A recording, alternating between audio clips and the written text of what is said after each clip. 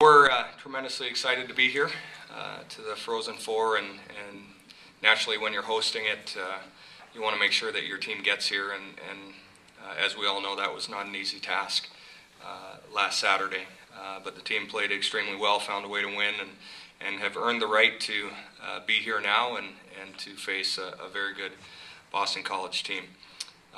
We know a little bit about them and know that they were one of the top, if not the top team out east throughout the whole year, and so we're expecting a very exciting game here tomorrow at 5 and really looking forward to it. We'll go ahead and take questions. Joe, go ahead. Amanda, how long do you think it took your legs to feel normal after that marathon on Saturday? Yeah, it definitely took a few days, so I'd say a couple days. You wake up on Sunday and you feel like you got hit by a train, so I don't think anyone was feeling that great after those games. Was it at all, not that you guys ever need a wake-up call with the way you guys been playing, but was it a reality dose of this is now playoffs and things are going to get tougher, and did it help your team in any respect?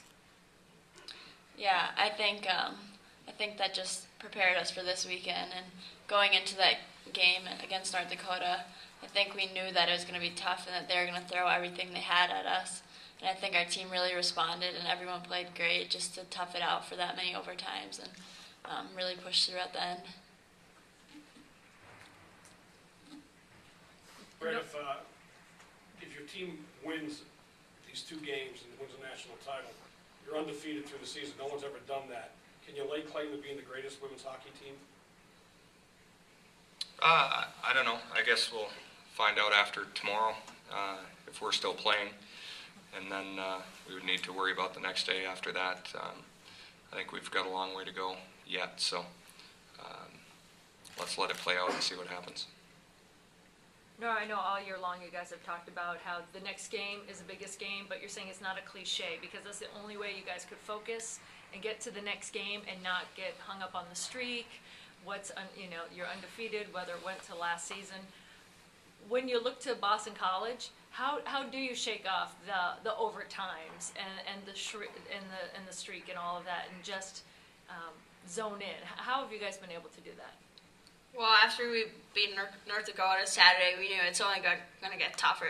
No matter what people say now, it just gets tougher every game, and we can't take it lightly. We have to come out flying, and we can't make any excuses. Oh, we played 3 OTs last week, and it's 0-0 when the puck drops, and we just play our best because Boston College is for sure going to play their best. Matthew, go ahead. No, you kind of figured out last year in the NCAA tournament what to do for your own game in terms of how to get to that national championship, and it's a little bit different this time because none of the teams that you're playing in this tournament are the teams that you're playing last year. But in terms of what you do for your game, is it pretty much the same as last year, or do you have any circumstances changed for you? Not really. I mean, I started working with my goalie coach, Andy Ken, 2 years ago after my sophomore year, and we done goalie rolls, thousands of reps, and they finally started paying off in the end of last year, and we just had built from that this year when we started this fall. And I mean, I haven't changed anything this year. I've just played my style and just trying to give my team a chance to win every game. Did you learn anything from playing in the women's worlds? The women's worlds that were going on after last season, did you learn anything from that you were able to bring into the season with the Gophers?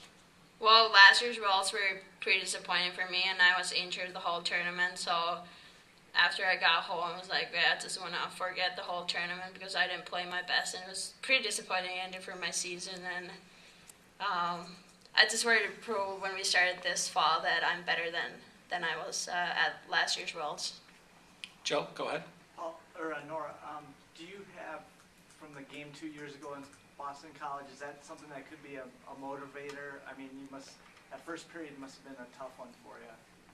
Yeah, I mean, everyone probably knows that was the worst game probably during my career here, but that's past. I can't change that game, and I don't think about that game anymore, and I can't change the outcome, so I just need to move forward and prove next year that I'm better than that. Seems like every time you've had something that kind of pushes you, you take your game to another level. Could this fall into that category, though? This weekend, or just having faced them and knowing they got you last time. Yeah, I mean, I don't really know what to say, but yeah, it's definitely a motivation to prove that I'm better than that game, but still, I can start doing two months tomorrow. I just need to keep playing like I played the whole year. Don, go ahead. I mean, is it refreshing or more difficult to face a team that you haven't seen a lot of? I mean, looking back to all the rivals that you guys have played just to get here, you know them intimately, you played them before, but maybe a team that you're less familiar with, are you looking forward to that, or is that where the, more of the focus has to come from? Yeah, I think that's a tough question, and I think there's positive and negatives to both playing a team that you know well and a team that you haven't played. But for me personally, I was just thinking about it, and I'm excited to play a new team. You get to this point in the season, and it's just exciting to really see who's the best. And I think tomorrow BC is going to be a great team, and so I think it'll be a great game. John, a question in the back. What does it mean, Amanda, to play here and to have the Gopher fans? What do the fans mean just to be here? What are the intangibles? Just go home, whatever. Yeah, exactly. We're playing at home, and personally, I think our team plays the best at home, and everyone's comfortable here. So to say that's not an advantage, that wouldn't be true. So I think it's a huge advantage for us to be at home and with our fans, and I think it's an extra player for us. And I just think that it'll help everyone just be more comfortable, especially our freshmen that have never been here before. For Nora or Amanda, both of you, no team has ever had three Patty Kazmaier finalists, the final three. Have you talked about it, or is it something you've avoided talking about amongst yourselves? We haven't talked about it almost at all. When we found out that we had top three, we just had a little chat, and it was like we just can't let it get into our heads, and now we just have to go out there and prove that we deserve to be in the top three. Yeah, I agree. We haven't really said much about it, but it's just exciting for our school and program to have three finalists. But I think all of us would be excited for each other no matter who wins, and it's one of your teammates and best friends that's going up there if it's not you. Don? Brad, it starts from the top, and when you set the tone for a team like this, going into this week, they all seem loose. They all have fun. They're drawing on the fake playoff beards. They're having fun with that. That's a sign of a very emotionally strong team as well. What have you seen throughout this whole year to this point that gives you the confidence that they can still have fun and they can still compete at this level? What amazes you about them? Well, I think the biggest thing is not once this year has the team had an off night, maybe had an off period or an off half period or period and a half, but whenever they've been challenged, they've been up to the task in the end. And we talk a lot just about the process and what it takes to win hockey games. We don't go into every game saying we've got to win the game. I learned early on in my head coaching career, if you focus too much on the outcome, it can cause a problem, because then all we're thinking about is winning, and quite frankly, the winning will take care of itself if we do the things that are necessary to help us win hockey games. So they're a loose group, they're a confident group, they're not cocky, they're incredibly humble. I think you've seen that with these two. And you had Megan Bozek to the picture.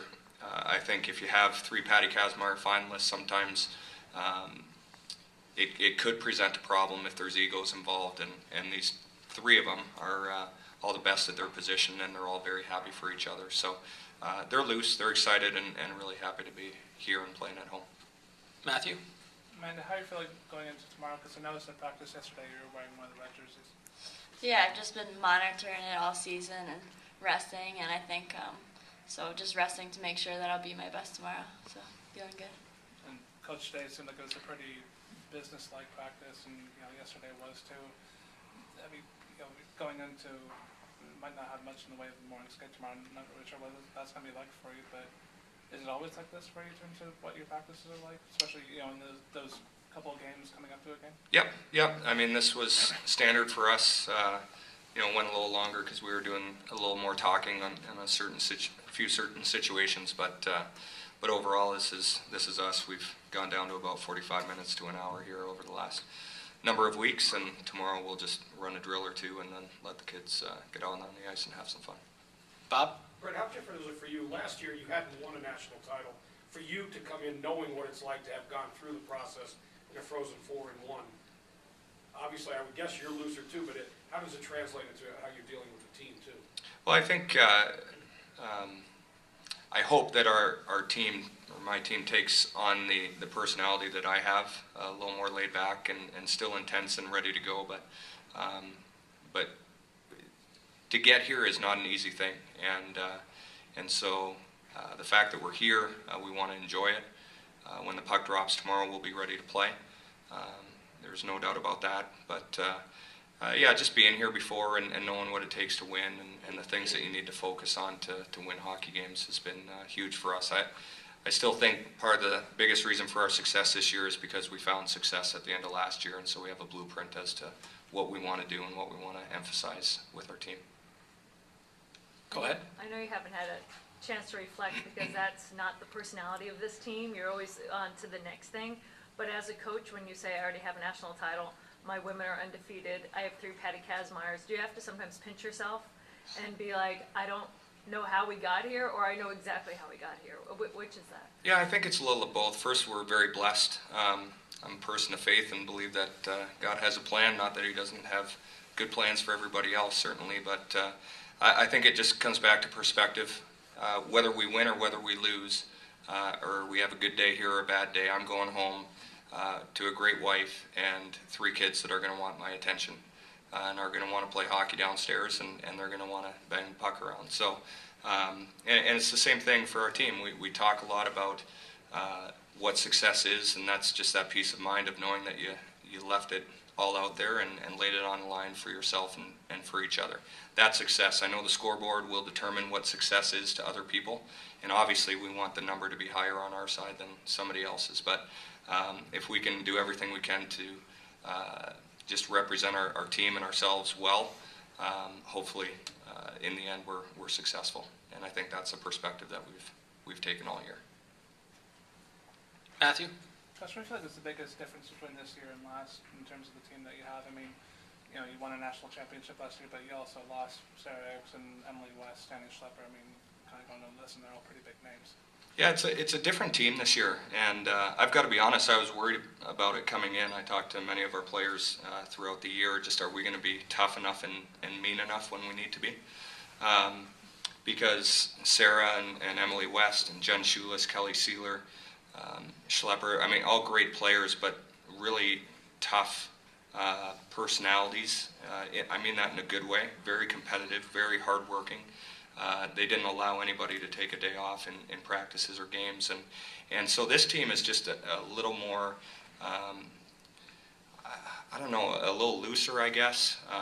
You know, last year they had a lot to prove because they had been so close to winning the national championship, but hadn't in a number of years. And this team, I think, just has a real quiet confidence about them, and we know who we are and what we're about, and they go out there and do that on a day-to-day basis. Is that easier for you to work with than what you had with last year? I mean, maybe it was a little bit more serious last year. Yeah, I don't know. I mean, both were great teams, great kids on both, and whether you win or whether you lose, and if you've got great kids, it's going to be a great time, and we've had that the last number of years. John, do you have a question in the back? Brad, it looked like you had a lot of fun at the end of practice. I saw you score 2 goals, including one on Nora. How often does that happen? It doesn't happen